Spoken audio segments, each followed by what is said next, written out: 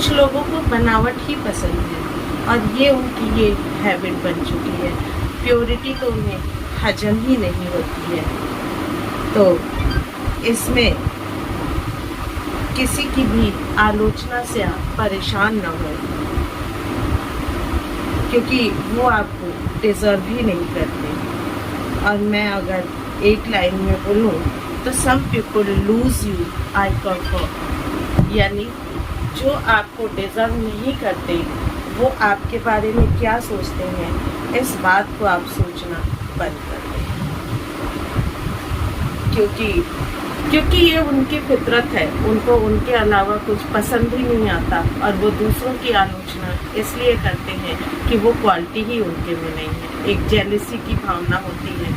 आपने एक एडवर्टीजमेंट आता था, उसमें एक लाइन थी कि उसकी साड़ी मेरी साड़ी से सफ़ेद कैसे।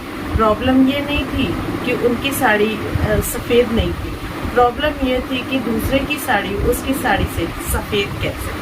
तो आज का ट्रेंड यही है, अगर किसी में कोई क्वालिटी नहीं है और सामने वाले में क्वालिटी है, वो महफिलों में तालियां बटोर ले जाता है, तो अगला ये नहीं सोचता कि मैं उसको फॉलो करूं, उसको सोचूं, समझूं, उन चीज़ों को अपने में मैं क्रिएट करूं। वो क्या करता है कि सामने वाले की आलोचना ये सोच के करता है कि भाई उसकी बुराई करेंगे तो हम ऑलरेडी अच्छे बन जाएंगे, लेकिन ऐसा नहीं होता। अगर फूल में खुशबू है तो सामने आप दुर्गंध रख देंगे तो कुछ देर के लिए वो भले उस दुर्गंध में खुशबू छुप जाएगी, लेकिन जब आप उसके पास आप जाएंगे तो आपको वो खुशबू महसूस होगी।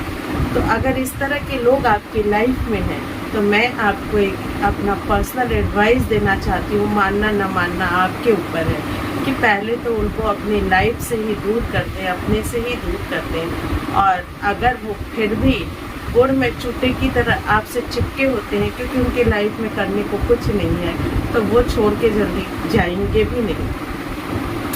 तो आप उन पर ध्यान देना बंद कर दें। देखिए, सोसाइटी में, लाइफ में, हैबिट में इग्नोरेंस बहुत ज़रूरी है और इग्नोर करना किसी को भी पसंद नहीं आता। आप सोचिए, अगर आप बहुत खुशी खुशी किसी सूचना को, किसी बात को, किसी खुशी को किसी अपने से बांटने जाते हैं और वो आपको इग्नोर करे तो आपको क्या फील होता है?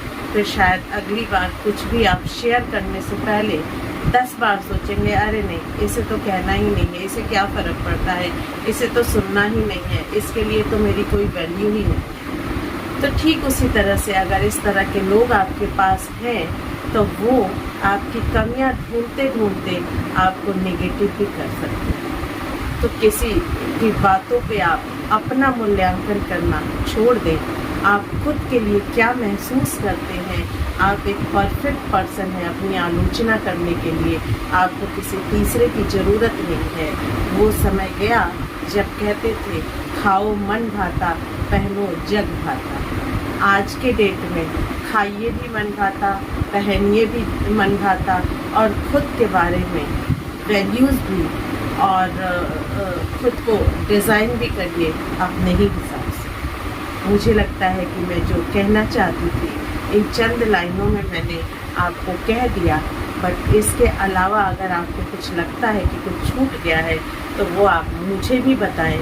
और हो सकता है कुछ चीज़ें जो मैं नहीं जानती हूँ, क्योंकि कोई भी व्यक्ति जानकारी में परफेक्ट नहीं होता, तो वो नॉलेज मैं आपसे लेना चाहती हूँ। देखिए, नॉलेज कहीं भी मिले, वो एक छोटा बच्चा हो, एक चींटी हो, एक हाथी हो या कोई बहुत बड़ा पर्सन हो, आप उससे नॉलेज लेते रहिए, अपने हिसाब से उस नॉलेज को डिज़ाइन कीजिए और अपनी लाइफ में उसको उतारिए।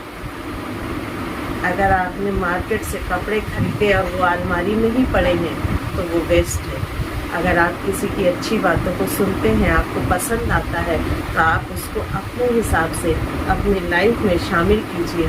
अगर आपको सक्सेस की तरफ जाना है तो मैं ये नहीं कहती कि सक्सेस का कोई फुल प्रूफ कोई